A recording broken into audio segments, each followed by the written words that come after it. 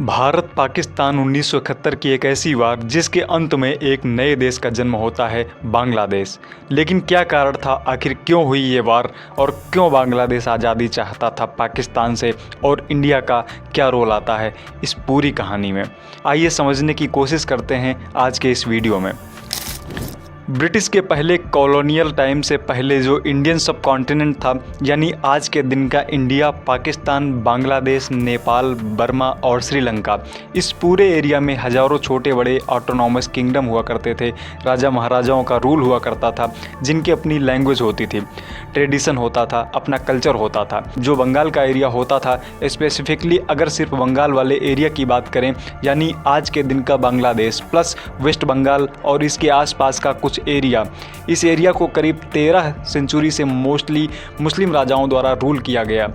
मोहम्मद बख्तियार खिलजी, जो कि फाउंडर थे खिलजी डायनेस्टी के, उन्होंने मुस्लिम रूल को शुरू किया था इस एरिया में। वहीं आगे चलें तो साल 1757 में ईस्ट इंडिया कंपनी इस एरिया को टेक ओवर कर लेती है, जिसके बाद 1947 तक ब्रिटिश रूल रहता है और फिर हमें देखने को मिलता है पार्टीशन इंडिया और पाकिस्तान के बीच। साल 1940 में ही ऑल इंडिया मुस्लिम लीग के एनुअल सेशन में लाहौर रेजोल्यूशन बनाया जाता है, जिसमें डिमांड उठाई जाती है कि मुस्लिमों के लिए एक सेपरेट स्टेट बनाई जाए। इनका डर था कि अगर एक ही देश बना रहेगा तो मुस्लिम माइनॉरिटी बन जाएंगे और वो डर में जिएंगे। पार्टीशन करते वक्त रिलीजियस लाइंस पर बॉर्डर बनाने का मतलब ये था कि जो सोशल, कमर्शियल और कल्चरल संबंध थे लोगों के बीच में, उन्हें नज़रअंदाज करना पड़ता। यानी बड़ी बड़ी स्टेट जहां पर कॉमन एक बोली बोली जाती थी, उन्हें भी बांटा गया पार्टीशन की वजह से। बस इसीलिए, क्योंकि धर्म के नाम पर लोगों को डिवाइड करना था। इसके दो बड़े एग्जाम्पल हैं, पंजाब और बंगाल। पंजाब का कुछ हिस्सा पाकिस्तान में गया, कुछ हिस्सा इंडिया में रहा। वहीं बंगाल का कुछ हिस्सा इंडिया में रहा, वहीं कुछ हिस्सा पाकिस्तान में गया। लेकिन बांटने का मतलब ये नहीं था कि इनके कल्चर अलग अलग हो जाएंगे। जो दो हिस्सों में बांटा गया, वहाँ के लोग सेम भाषा में बात करते थे, सेम कल्चर और ट्रेडिशन अपनाते थे।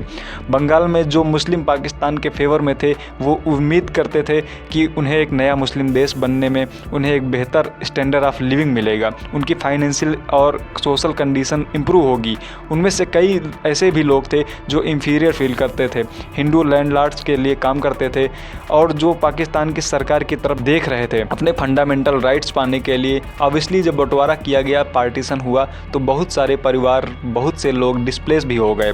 एक भारी माइग्रेशन भी देखने को मिला, जिसमें से कई मुस्लिम पाकिस्तान की तरफ माइग्रेट हुए और कई हिंदू पाकिस्तान से इंडिया की ओर माइग्रेट हुए। इसी बीच बहुत से दंगे हुए, मॉब वायलेंस हुआ। जो बिहार में रह रहे थे मुस्लिम, अब बिहार ऑब्वियसली क्योंकि बांग्लादेश के ज़्यादा करीब पड़ता है, इसीलिए मुस्लिम जो बिहार में रह रहे थे वो ईस्ट पाकिस्तान में माइग्रेंट किए। इन मुस्लिम बिहारीज को स्पेसिफिकली मेंशन करना ज़रूरी है, क्योंकि आप आगे कहानी में देखेंगे कि कैसे इन्हें माना जाता था कि बांग्लादेश के ये खिलाफ हैं, इन्हें एंटी बांग्लादेशी माना जाता था। अभी के लिए पार्टीशन पर वापस आते हैं, और बंगाल का जो पार्टीशन हो रहा था वो अपने आप में ही बड़ा इशू था। शुरुआत में पूरे बंगाल ने पार्टीशन के खिलाफ वोट किया था। अगर इस पार्टीशन का मतलब हो कि बंगाल को पाकिस्तान का हिस्सा बनना पड़े, लेकिन इस बंगाल में ही वेस्ट बंगाल का जो रीजन था, वहाँ के रहने वाले लोग पार्टीशन चाहते थे और इंडिया को ज्वाइन करना चाहते थे। वहीं दूसरी तरफ जो ईस्ट बंगाल वाला रीजन था, वो पार्टीशन नहीं चाहते थे। लेकिन अगर कोई पार्टीशन हो तो वो चाहते थे कि वो पाकिस्तान को ज्वाइन करें। लेकिन पार्टीशन हुआ, वेस्ट बंगाल इंडिया का हिस्सा बना और ईस्ट बंगाल पाकिस्तान का हिस्सा बना। पाकिस्तान को दो हिस्सों में डिवाइड किया गया, जिनके बीच सेपरेशन 1500 किलोमीटर का था और बीच में इंडियन टेरिटरी थी। अब इंटरेस्टिंग चीज़ ये थी कि पाकिस्तान का जो नया देश बना, उसमें से जो मेजॉरिटी ग्रुप था वो एक्चुअली में बंगाली था। आधे से ज़्यादा पॉपुलेशन इस पाकिस्तान के देश की बंगाली थी, जो ईस्ट पाकिस्तान में रह रहे थे। बाकी वेस्ट पाकिस्तान में पंजाबी, सिख, सिंधीज, पखत और बलूच थे। अब इवन दो बंगाली की पॉपुलेशन ज़्यादा थी पूरे पाकिस्तान में, लेकिन जो पावरफुल पोजीशन थी, जैसे कि ब्यूरोक्रेसी, मिलिट्री और पॉलिटिक्स की जो पोजीशन है, वो ज़्यादातर वेस्ट पाकिस्तान के लोगों के हाथ में थी। स्पेसिफिकली अगर कहा जाए तो मुहाजिर और पंजाबी जो लोग थे। अब इस इंफॉर्मेशन को ध्यान में रखते हुए 1947 के बाद पाकिस्तान में जो पॉलिटिक्स हुई उसे समझते हैं। पाकिस्तान में जो सेंट्रल गवर्नमेंट थी वो बहुत ज़्यादा पावरफुल थी। पावर एक इंसान के हाथ में थी और बहुत ज़्यादा कंस्ट्रक्टेड थी, जिसकी वजह से पार्लियामेंट्री डेमोक्रेसी सही तरीके से स्ट्रांग एस्टेब्लिश नहीं हो पाई। साल 1946 में ब्रिटिश सरकार ने इलेक्शन ऑर्गेनाइज करवाए थे। अनडिवाइडेड इंडिया में इलेक्शन के रिजल्ट्स को देखकर बाद में जब पाकिस्तान और इंडिया का बंटवारा हुआ तो लेजिस्लेचर को भी इसी तरीके से डिवाइड किया गया। पाकिस्तान में मोहम्मद अली जिन्ना गवर्नर जनरल बने, जिनका देहांत आज़ादी के सिर्फ 1 साल बाद हो जाता है। 1948 में उनके गुजर जाने के बाद नजीमुद्दीन गवर्नर जनरल बनते हैं और लियाकत अली खान को प्राइम मिनिस्टर बनाते हैं। करीब 3 साल बाद अक्टूबर 1951 में लियाकत का सेशन कर दिया जाता है और नजीमुद्दीन नए प्राइम मिनिस्टर बन जाते हैं। वो गुलाम मोहम्मद को गवर्नर जनरल बनाते हैं, जो एक पंजाबी थे। साल 1953 में पहला मिलिट्री तख्तापलट देखने को मिलता है पाकिस्तान में, जब गुलाम मोहम्मद पावर टेक ओवर कर लेते हैं और नजीमुद्दीन को डिसमिस कर देते हैं। अगले साल 1954 में इलेक्शन होती है और पाकिस्तान में इन इलेक्शन पर ज़्यादातर सीटें जीती जाती हैं यूनाइटेड फ्रंट के द्वारा, जो कि अपोजिशन पार्टीज़ की एक कोलिशन थी। इनमें से एक सबसे बड़ी पार्टी आवामी लीग, जो कि ईस्ट बंगाल में पार्टी थी। इन इलेक्शन रिजल्ट के बाद पूरी कॉन्स्टिट्यूट असेंबली को डिसमिस कर दिया जाता है। गुलाम मोहम्मद के द्वारा साल 1955 में गुलाम मोहम्मद ऑफिस छोड़ते हैं और major general Sikandar Mirza governor general बनते हैं। और इसके अंदर पहली बार होता यह है कि ईस्ट बंगाल की रीनेमिंग करी जाती है। ईस्ट बंगाल को अब से ईस्ट पाकिस्तान बुलाया जाने लगता है। अब 1947 से लेकर 1971 के बीच में दोस्तों पाकिस्तान में कई फेजेस देखने को मिलते हैं, जहां पर मिलिट्री का रूल चल रहा था। इसका मतलब यह था कि जो पॉलिटिकल पार्टी डिजर्व करती थी पावर में होना, उनसे पावर छीनी जा रही थी। स्पेसिफिकली अगर कहा जाए, ईस्ट बंगाल में रहने वाले लोगों को पॉलिटिकली रिप्रेजेंट होने का मौका नहीं मिल रहा था। इसके अलावा ज़्यादातर पैसा जो देश खर्च करता था वो वेस्ट पाकिस्तान के पास जाता था। 75% नेशनल बजट वेस्ट पाकिस्तान पर स्पेंड किया जाता था। इवन दो 62% रेवेन्यू इनकम आ रहा था सरकार के पास, वो ईस्ट पाकिस्तान से आने लग रहा था। जो इकोनॉमिक डेवलपमेंट देखने को मिल रही थी वो वेस्ट पाकिस्तान में ज़्यादा बेहतर तरीके से देखने को मिल रही थी। 1969 से 1970 में जो पर कैपिटा इनकम था वेस्ट पाकिस्तान का 61% ज़्यादा था ईस्ट पाकिस्तान से। 25 गुना ज़्यादा मिलिट्री पर्सनल थे वेस्ट पाकिस्तान में। और इन सब के अलावा सबसे बड़ा इशू यहाँ पर था लैंग्वेज को लेकर। जिन्ना और उनके कई एडवाइज़र्स मानते थे कि ईस्ट पाकिस्तान और वेस्ट पाकिस्तान का सही मायनों में यूनिफिकेशन तभी हो सकता है जब वो एक भाषा बोलें, और यह भाषा उनकी राय में होनी चाहिए थी उर्दू। इनफैक्ट 56% पाकिस्तानी बंगाली में ही बात करते थे। उर्दू को एक लैंग्वेज ऑफ द एलिट माना जाता था, मतलब कि जो हाई प्रोफाइल लोग थे वही सिर्फ उर्दू में बात करते थे, आम जनता बंगाली में ही बात करती थी। 21 मार्च 1948 को मोहम्मद अली जिन्ना एक ढाका में एक स्पीच देते हैं और क्लियरली कहते हैं कि पाकिस्तान की स्टेट लैंग्वेज सिर्फ उर्दू होगी और कोई भाषा नहीं होगी।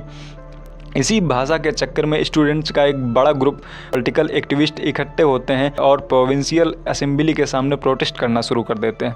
पाकिस्तान की आर्मी ने इन पर ओपन फायर कर दिया, जिसमें 5 लोग मारे जाते हैं। आने वाले साल में 1965 में इंडिया पाकिस्तान के बीच वार होती है और इस वार के बाद ईस्ट पाकिस्तान एक कमज़ोर डिफेंस के साथ रह जाता है, जो कि इकोनॉमिक और पॉलिटिकल इम्बैलेंस था ईस्ट पाकिस्तान और वेस्ट पाकिस्तान में। वो इस वार के बाद और उभरने लगता है इस रीजन में। वहीं 6 पॉइंट डिमांड की जाती है ईस्ट पाकिस्तान के इकोनॉमिक डेवलपमेंट को लेकर। यह डिमांड उठाते हैं शेख मुजीबुर रहमान, जो कि आवामी लीग पॉलिटिकल पार्टी के फाउंडर लीडर थे। इनके 6 पॉइंट्स देश हिला देने वाले होते हैं। सबसे पहला पॉइंट सी इसमें लिखा गया था कि पाकिस्तान को एक फेडरेशन स्टेट बनाया जाए और जो ईस्ट पाकिस्तान का रीजन है उसे ज़्यादा एक ऑटोनॉमी दी जाए, जो रिसोर्सेज ईस्ट पाकिस्तान के अंदर हैं वो ईस्ट पाकिस्तान की सरकार को दे दिए जाएँ और 2 सेपरेट करेंसीज हों पाकिस्तान में, एक वेस्ट पाकिस्तान के लिए और एक ईस्ट पाकिस्तान के लिए। ईस्ट पाकिस्तान के अपने इंडिपेंडेंट फॉरेन रिजर्व हों, इनफैक्ट एक सेपरेट मिलिट्री फोर्स भी हो।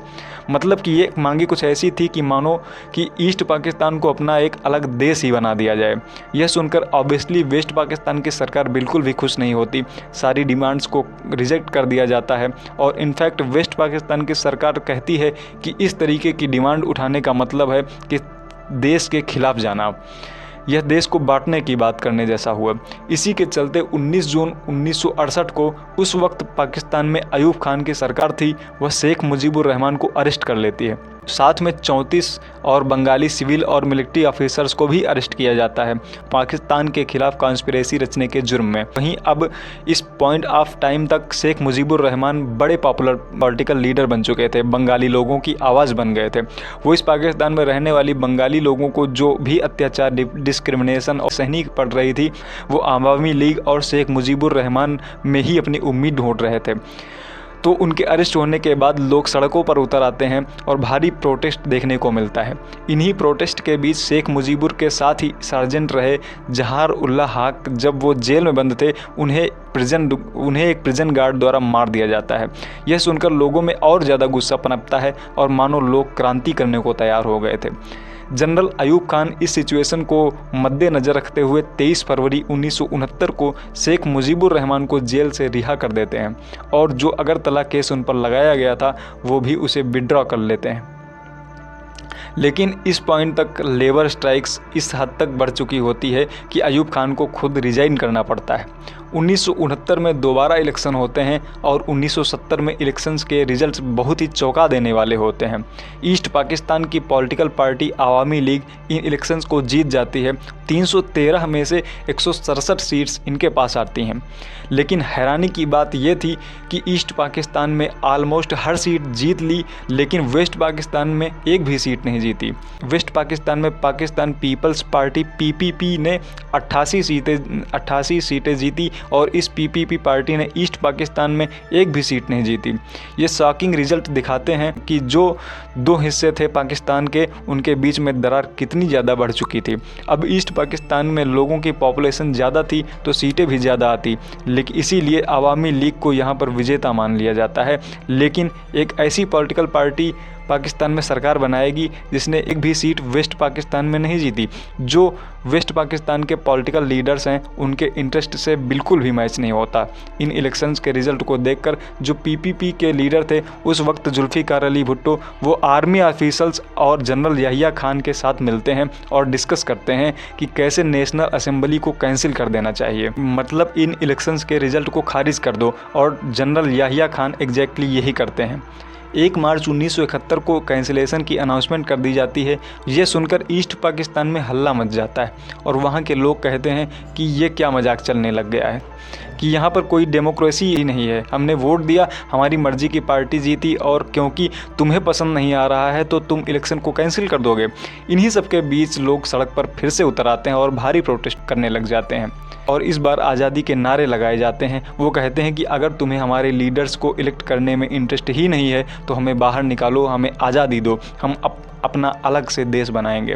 वहीं ईस्ट पाकिस्तान में प्रोटेस्टर्स ने अपने आप को ऑर्गेनाइज कर लेते हैं और जो बंगाली नेशनलिस्ट हैं वो खुद अपनी आर्मी बना लेते हैं जिसे मुक्ति वाहिनी कहा जाता है। यहाँ पर इंडियन आर्मी का भी काफ़ी कंट्रीब्यूशन होता है क्योंकि इंडियन आर्मी मुक्ति वाहिनी की फोर्सेस को ट्रेनिंग प्रोवाइड करती है। वहीं 25 मार्च की रात को हज़ारों पाकिस्तानी आर्मी के ट्रूप्स ढाका में मार्च करते हैं। शेख मुजीबुर रहमान को अरेस्ट कर लिया जाता है और वेस्ट पाकिस्तान ले जाया जाता है। लेकिन इस अरेस्ट से पहले शेख मुजीबुर रहमान ने ईस्ट पाकिस्तान को एक इंडिपेंडेंट कंट्री डिक्लेयर कर दिया था। उन्होंने कहा था कि अब से हम पाकिस्तान का हिस्सा नहीं हैं, अब से हम बांग्लादेश हैं। इस डिक्लेरेशन को एक ट्रांसमिट के द्वारा किया गया था। ट्रांसमिट को होने में कुछ घंटे का समय लगा था तो मिडनाइट क्रॉस हो चुकी थी। इसी रीजन की वजह से 26 मार्च को बांग्लादेश का इंडिपेंडेंस डे मनाया जाता है। 27 मार्च 1971 मेजर जियाउर रहमान इस डिक्लेरेशन को पब्लिक के सामने पढ़ते हैं और अनाउंस करते हैं कि बांग्लादेश अब से एक आज़ाद देश है। इसी रात ढाका यूनिवर्सिटी में 2 स्टूडेंट डॉर्मेटरीज पर हमला कर दिया जाता है और एक ही रात 7000 स्टूडेंट्स मारे जाते हैं। एक हफ्ते के अंदर आधे लोग जो ढाका शहर में रह रहे थे वो ढाका शहर छोड़कर भाग जाते हैं। फॉरेन जर्नलिस्ट को डिपोर्ट कर दिया जाता है और रेडियो ऑपरेशन को भी शट डाउन कर दिया जाता है। वहीं एक military appointed Pakistani journalist Anthony mask and house United kingdom भाग जाते हैं और 13 जून 1971 को जो उन्होंने देखा था उस पर एक आर्टिकल पब्लिश करते हैं द संडे टाइम्स में। इस आर्टिकल के जरिए पहली बार बाकी दुनिया को भी पता चलता है कि यहाँ बांग्लादेश में एक्चुअली में हुआ क्या था या होने क्या लग रहा है। प्रधानमंत्री इंदिरा गांधी खुद इस आर्टिकल को पढ़ती हैं और इससे मोटिवेट होती हैं कुछ एक्शन लेने को। इसके बाद आवामी लीग के कई पॉलिटिकल लीडर्स और बहुत सारे शरणार्थी बॉर्डर क्रॉस करके इंडिया भागते हैं। प्रधानमंत्री इंदिरा गांधी यहाँ पर सोचती हैं कि मिलिट्री का इस्तेमाल करके इस वार में हिस्सा लेकर इन लोगों को बचाना ज़्यादा इकोनॉमिकली ज़्यादा सही होगा एज़ कम्पेयर टू इन 10 मिलियन रिफ्यूजीज़ की सहायता करने की कोशिश करें। 28 April 1971 Indira Gandhi general Sam Manik साहब को कहती हैं कि वो जंग की तैयारी करें, ईस्ट पाकिस्तान में एंट्री करने के लिए रेडी हों। जनरल सैम मानिक साहब इतने कॉन्फिडेंट नहीं थे कि इतने कम टाइम में इंडिया प्रिपेयर्ड हो सकता है और इस जंग को जीत सकता है, तो वो शुरू में रिजेक्ट कर देते हैं। लेकिन इंदिरा गांधी अपना कॉन्फिडेंस उन पर बनाए रखती हैं और उन्हें पूरी आज़ादी देती हैं कि जब उन्हें ठीक लगे तभी ऑपरेशन किया जाए। जुलाई 1971 तक आते आते इंदिरा गांधी ने एक्चुअली में ईस्ट पाकिस्तान बुलाना बंद कर दिया था। अब वो इसे बांग्लादेश कह के पुकारने लगी थी। इन्हीं सबके बीच पाकिस्तान इंडिया के एयरफील्ड्स पर हमला बोल देता है और पाकिस्तान को ये डर था कि इंडिया किसी भी वक्त मिलिट्री का इस्तेमाल करके इस वार में इन्वॉल्व हो जाएगा और हमला कर देगा, और हुआ भी यही। भारत भी युद्ध में शामिल हो जाता है। इंडिया की वार में एंट्री होते ही पाकिस्तान यूनाइटेड नेशन को अपील करता है कि इंडिया को सीज फायर करने के लिए फोर्स किया जाए। उस वक्त यूएसए पाकिस्तान के फेवर में ज़्यादा था और सोवियत यूनियन इंडिया के फेवर में ज़्यादा था। तो यूएसए, चाइना और यूके एक्चुअली में सब सपोर्ट करते हैं इंडिया इमीडिएट सीज फायर कर दे। दिसंबर आते आते इंडिया पाकिस्तान के बीच वार में पाकिस्तान एक बहुत बड़ी हार को अपने सामने देख रहा था। पाकिस्तान के deputy prime minister, foreign minister Zulfikar Ali Bhutto America जाते हैं डिस्कस करने के लिए कि किस तरीके से यहाँ पर एक सीज़ फायर का केस बनाया जा सके। 4 दिन लगते हैं इस प्रपोजल को फाइनलाइज करने में, लेकिन ईस्ट पाकिस्तान में पाकिस्तान की मिलिट्री ऑलरेडी सरेंडर कर चुकी होती है।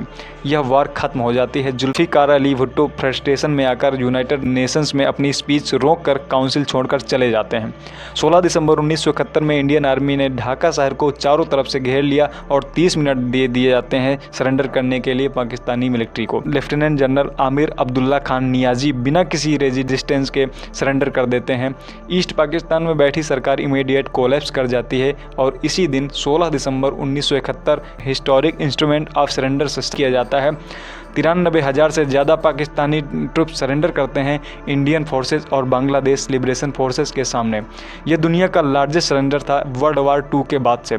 अगले साल 1972 में एक शिमला एग्रीमेंट साइन करी जाती है इंडिया और पाकिस्तान के बीच में, और इस एग्रीमेंट के अनुसार पाकिस्तान बांग्लादेश को एक स्वतंत्र देश के तौर पर मान्यता देता है।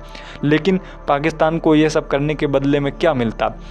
इंडिया प्रॉमिस करता है कि पाकिस्तान के जो 93,000 पाकिस्तानी प्रिजनर्स ऑफ वार हैं उन्हें रिलीज़ कर दिया जाएगा 5 महीने के अंदर अंदर, और जो 13,000 स्क्वायर किलोमीटर ज़मीन इंडियन ट्रूप्स ने वेस्ट पाकिस्तान में कब्जा ली थी उसे भी इंडिया वापस कर देगा वेस्ट पाकिस्तान को। कुछ इस तरीके से दोस्तों जन्म होता है नए देश का बांग्लादेश।